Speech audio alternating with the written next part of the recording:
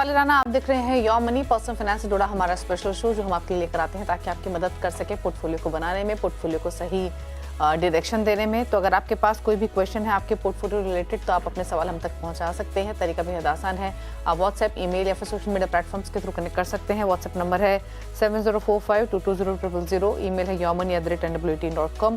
Facebook, Twitter पर जाइए, #AskAwaz योमनी लिखकर अपने सवाल हमें लिख भेजिए। तो यह है तरीका इस शो में पार्टिसिपेट करने का। आज आपकी सभी क्वेरीज को आंसर करने के लिए हमारे साथ ऑप्टिमम मनी मैनेजर्स के एमडी पंकज मटवाल मौजूद हैं। पंकज जी नमस्कार, स्वागत है आपका। और सबसे पहले तो इनफैक्ट जो क्वेरीज हमें मिली हैं उनसे शुरुआत कर लेते हैं ताकि ज़्यादा से ज़्यादा सवाल हम शामिल कर सकें। और इसी कड़ी में जो पहला सवाल पूछने के लिए जो व्यूअर हमारे साथ मौजूद है वो अदिति है दिल्ली से। तो अदिति से बातचीत करते हैं। अदिति नमस्कार, स्वागत है आपका। बताइए क्या सवाल है आपका। नमस्ते मैम। एक्चुअली मेरा मैम क्वेश्चन था, मैंने अपना पोर्टफोलियो आपको भेजा है तो मेरे को थोड़ा सा ना उस पर ओवरव्यू चाहिए था कि मतलब मेरे फंड सही जगह जा तो रहे हैं ना, मतलब कुछ प्रॉब्लम तो नहीं है, कुछ उसमें एडिट वगैरह कुछ चेंजेस करने की तो नीड नहीं है। एंड मैम मेरा टारगेट जैसे 5 इयर्स में 1 CR का है तो अभी मेरी 61 तो जा रही है, तो मुझे और कितना एड ऑन करना पड़ेगा या मंथली या एनुअल बेसिस पे। एंड मैम मेरा वन क्वेश्चन ये भी था कि जैसे हम लोग SIP करते हैं ना मैम, तो जैसे बताया जाता है कि आप डायरेक्ट प्लान चूज करें, बट अगर किसी भी प्लेटफॉर्म पे हम लोग जाते हैं तो वहाँ पे ग्रोथ प्लान ही हमें सजेशन होता है। चाहे हम HDFC में चले जाए, किसी भी XYZ प्लेटफॉर्म पे जाते हैं तो हमें ग्रोथ प्लान ही चूज करने के लिए बोला जाता है। तो हम कैसे हम खुद से डायरेक्ट प्लान चूज कर सकते हैं, उसके लिए भी मेरे को थोड़ा सा उस पर एडवाइस चाहिए था। पूछ लेते हैं क्या सजेशन रहेगा।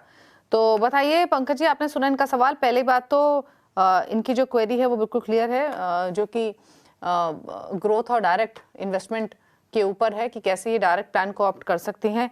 लेकिन अगर बात करें इनके क्वेश्चन की तो इन्होंने ये यंग इन्वेस्टर हैं और इंटरेस्टिंग ये है कि सिर्फ 28 इयर्स की हैं और 61,000 की इनकी SIP चल रही है। तो काफ़ी अच्छी इन्वेस्टमेंट के साथ इन्होंने शुरुआत की है। इन्होंने जो होराइजन रखा है वो 10 इयर्स का, 5 इयर्स का रखा है। 5 इयर्स में 1 करोड़ का टारगेट है। फिलहाल पोर्टफोलियो की वैल्यू इनकी 10 लाख हो चुकी है। फंड्स में क्विकली बता देती हूँ जो इनके पास मौजूद हैं। इनके पास है क्वांट स्मॉल कैप 13,500 की SIP, Quant ELSS tax saver 12,000 की SIP है। पराग पारिक फ्लेक्सी कैप, कैनरा रोबोको फ्लेक्सी कैप में 10-10 हज़ार की SIP लेके चल रही हैं।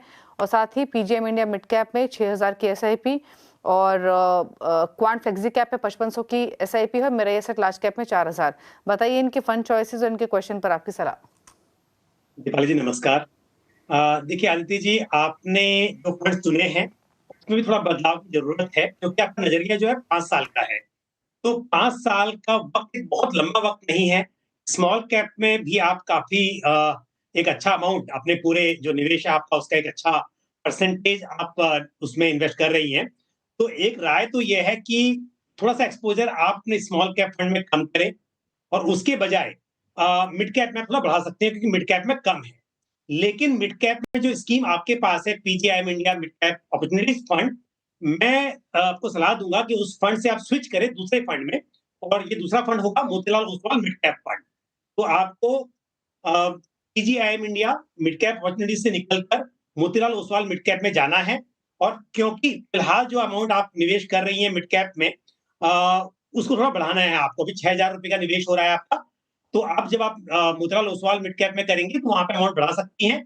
और जो आपका स्मॉल कैप यानी क्वांट स्मॉल कैप फंड में 13,500 रुपए का निवेश हो रहा है, उसे आप कम कर दें तो ये बेहतर रहेगा क्योंकि स्मॉल कैप में इतना ज्यादा निवेश होना थोड़ा सा पोर्टफोलियो रिस्की हो जाता है, स्पेशली तब जब आपके निवेश की जो अवधि है वो बहुत लंबी ना हो। दूसरी बात ये, टारगेट जो 1 करोड़ का है आपका 5 साल में, और अभी 10 लाख रुपए इकट्ठा हुए हैं, 61,000 की आप SIP कर रही हैं, तो इससे तो आपका 1 करोड़ रुपया इकट्ठा होना थोड़ा मुश्किल है। यदि मैं 12% के CAGR पर कैलकुलेट करूं तो लगभग 67 लाख रुपीज इकट्ठा हो सकते हैं। तो आपको SIP अमाउंट बढ़ाना होगा। आप इसे बढ़ाकर कर दीजिए 1 लाख पर मंथ, तो फिर आपको यहाँ पर थोड़ा फायदा होगा कि आप जो टारगेट लेकर चल रही हैं वो आपका पूरा हो पाएगा 5 साल में। तो ये तो सवाल जो आपका था पोर्टफोलियो को लेकर, उस पर मेरी राय है। जो अगला सवाल आपका था कि ग्रोथ और डायरेक्ट, तो ग्रोथ और डायरेक्ट नहीं होता है, रेगुलर और डायरेक्ट होता है। ग्रोथ और IDCW एक चीज है, यानी कि आप जब निवेश करते हैं तो आपको क्या ऑप्शन चाहिए? ग्रोथ में आपको कोई डिविडेंड या इनकम डिस्ट्रीब्यूशन कम विड्रॉल जिसको हम बोलते हैं, आप वो नहीं मिलता, बल्कि एनएवी बढ़ती रहती है। तो एक चीज होती है आईडीसीडब्ल्यू वर्सेस ग्रोथ। पर आपका जो सवाल था कि डायरेक्ट में इन्वेस्ट करना है, तो डायरेक्ट वर्सेस रेगुलर होता है।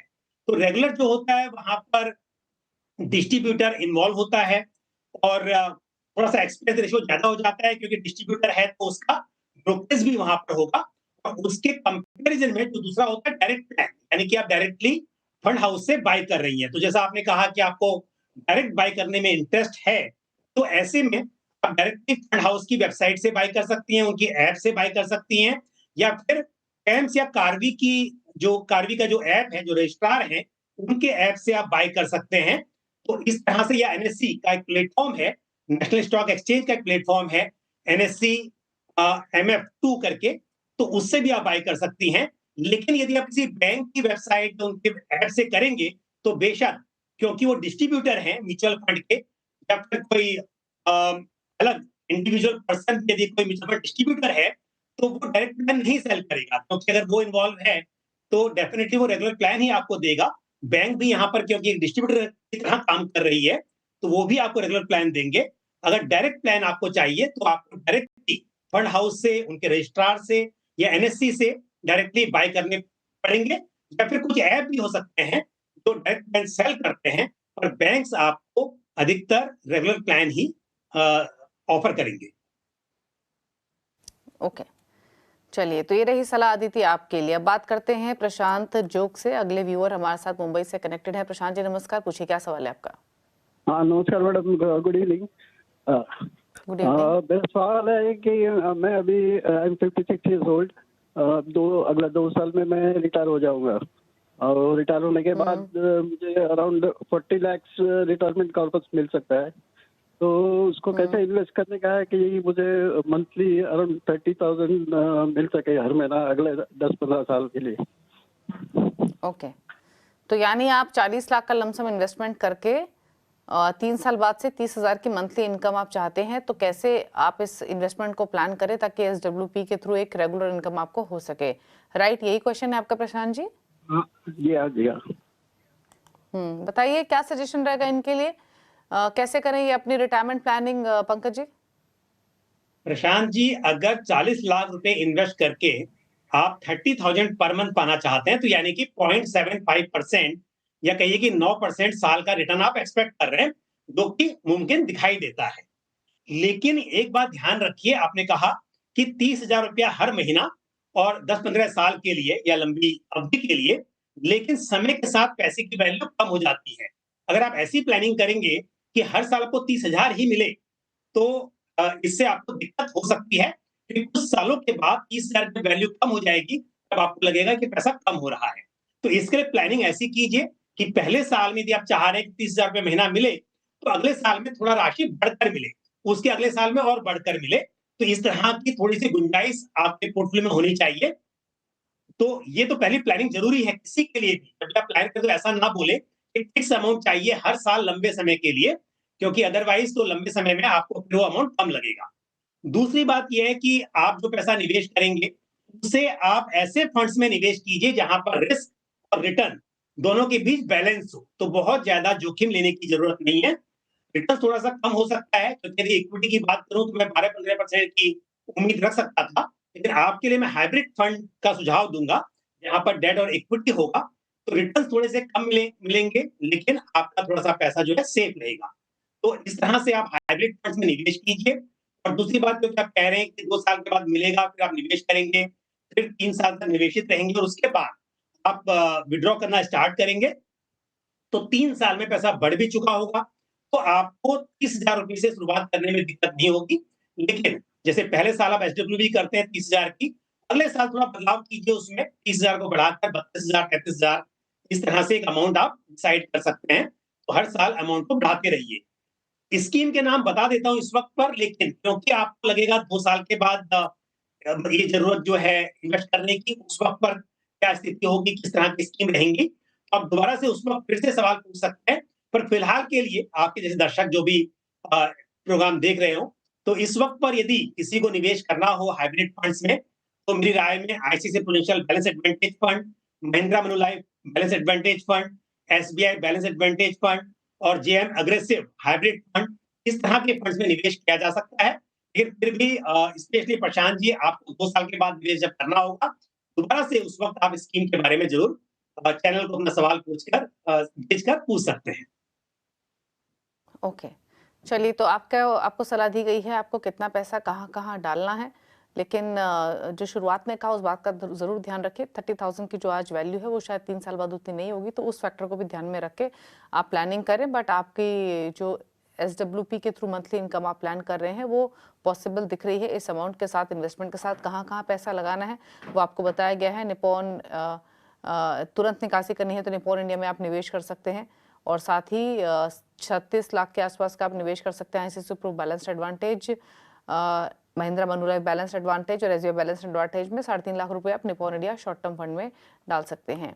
तो ये रही आपके लिए स्ट्रैटेजी। अब बात करते हैं अगले व्यूअर से। शिवा प्रसाद ओडिशा से हमारे साथ कनेक्टेड हैं। प्रसाद साहब नमस्कार, बताइए क्या सवाल है आपका? जी मैडम नमस्कार। मैडम नमस्कार। एक्चुअली मेरा अभी मैडम 10,000 का SIP चल रहा है अभी।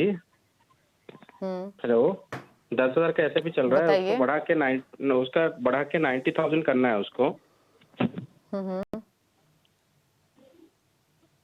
बताइए आगे क्या सवाल है आपका? जी हेलो, आगे बताइए क्या जानना चाहते हैं आप?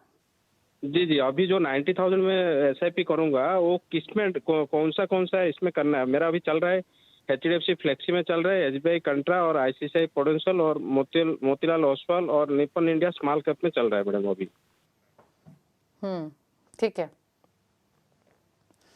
ठीक है, पूछ लेते हैं तो। और ये 20 लाख का लमसम इन्वेस्टमेंट भी करना है आपको? जी 20 लाख का जो लमसम करना है, मेरा जो फिक्स डिपॉजिट है उसको निकाल के मैं 20 लाख का लमसम भी करना है मेरा को। गॉट इट, ठीक है। चलिए, तो पहले मैं इनका पोर्टफोलियो बता देती हूँ एग्जिस्टिंग, जहाँ पर ट्रेडिशनल और बाकी इन्वेस्टमेंट्स इनके पास हैं। PF में मंथली 12,500 डाल रहे हैं, PPF में अब तक 8 लाख का कॉर्पस हो चुका है, RD में भी मंथली 10,000 का निवेश कर रहे हैं। तो ये इनकी ट्रेडिशनल इन्वेस्टमेंट है। जैसे इन्होंने बताया FD में इनके पास 28 लाख रुपए हैं, 8 लाख रखेंगे इमरजेंसी के लिए, 8 लाख इनके पास PPF में भी है, 20 लाख को निकाल कर ये लमसम इन्वेस्ट करना चाहते हैं म्यूचुअल फंड में। तो एक पार्ट ये रहा इनके क्वेश्चन का। दूसरा, इनके भी SIP सिर्फ 10,000 के, लेकिन सीधे 1 लाख रुपए के SIP ये करने का प्लान कर रहे हैं, यानी 90,000 ऐड करेंगे। फिलहाल 10,000 5 फंड में डाल रहे हैं, जिससे flexi cap, SBI counter, ICICI Pru equity index, Nippon India small cap और मोतीलाल ओसवाल। क्या सजेशन इनके लिए? देखिए शिवा जी, अच्छा है कि आपने अभी डिसाइड किया 10,000 रुपीज की SIP चल रही है, जिसे बढ़ाकर 90,000 और करना चाहते हैं, यानी 1 लाख की आप SIP करेंगे। तो कुछ फंड्स तो आपके जो पोर्टफोलियो में हैं उन्हीं में आप बढ़ा सकते हैं, कुछ नए फंड्स ऐड किए जा सकते हैं। लेकिन जो फंड्स आपने बताया उसमें थोड़ी सी इंफॉर्मेशन थोड़ी कम है। जैसे आपने कहा मोतीलाल ओसवाल, ICICI प्रूडेंशियल, ये तो नाम हुए फंड हाउस के, लेकिन ICICI प्रूडेंशियल म्यूचुअल फंड की कौन सी स्कीम है, मोतीलाल ओसवाल म्यूचुअल फंड में कौन सी स्कीम है, ये भी जानना बहुत जरूरी है। तो अब फिलहाल मैं आपको बताता हूँ कौन सी स्कीम होनी चाहिए। पहले बात करते हैं SIP की। SIP के लिए ICICI Prudential large and mid cap fund, इसमें आप SIP कीजिए। Kotak multi cap fund, Motilal Oswal mid cap fund, Nippon India small cap fund और Bajaj Finserv flexi cap fund. तो ये आपके पास में 5 फंड्स रहेंगे, इनमें आप SIP करेंगे। तो इनमें से ऑलरेडी जो है उनमें जारी रखिए, अमाउंट को बढ़ा लीजिए, और जो नया मैंने बताया उसको आप ऐड कर सकते हैं। क्योंकि मान लीजिए कि मोतीलाल ओसवाल आपने खाली कंपनी नाम बताया, अगर वो मिड कैप फंड है तो उसे बढ़ा सकते हैं, नहीं है तो आप ऐड कर लीजिए। दूसरी बात, जो 20 लाख रुपए लमसम करने हैं उसके लिए ऑलरेडी आपके पास जैसे SBI कॉन्ट्रा फंड है, तो उसमें भी आप अमाउंट इन्वेस्ट कर सकते हैं। Kotak multi cap fund, HDFC flexi cap fund और ICICI Prudential large and mid cap fund. तो अगेन, क्योंकि कुछ स्कीम ऑलरेडी पोर्टफोलियो में है, तो मैं नई स्कीम ऐड करने की बजाय सलाह दे रहा हूं कि उसमें बढ़ाया जा सकता है।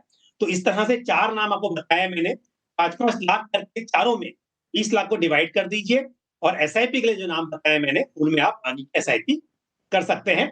साथ ही आपने भी कहा है कि समय के साथ आप 10% से स्टेप अप करेंगे, ये बहुत अच्छी स्ट्रेटेजी है। तो मुझे उम्मीद है लंबे समय में 25 साल का आपने नजरिया रखा है, अच्छा पैसा बना पाएंगे। ओके, चलिए, तो ये रहा आपके लिए स्ट्रैटेजी। अकॉर्डिंगली आप प्लान कीजिए अपनी इन्वेस्टमेंट। लमसम कहाँ पैसे डालने हैं आपको वो भी बारीकियां बताई गई हैं। SIP के थ्रू जिन फंड्स में पैसे डालने हैं वो भी सजेशन दिया गया है। रुक रहे हैं इसी के साथ एक ब्रेक के लिए, लौटेंगे तो कुछ और क्वेश्चन करेंगे शामिल। आप देखते रहिए ओमनी।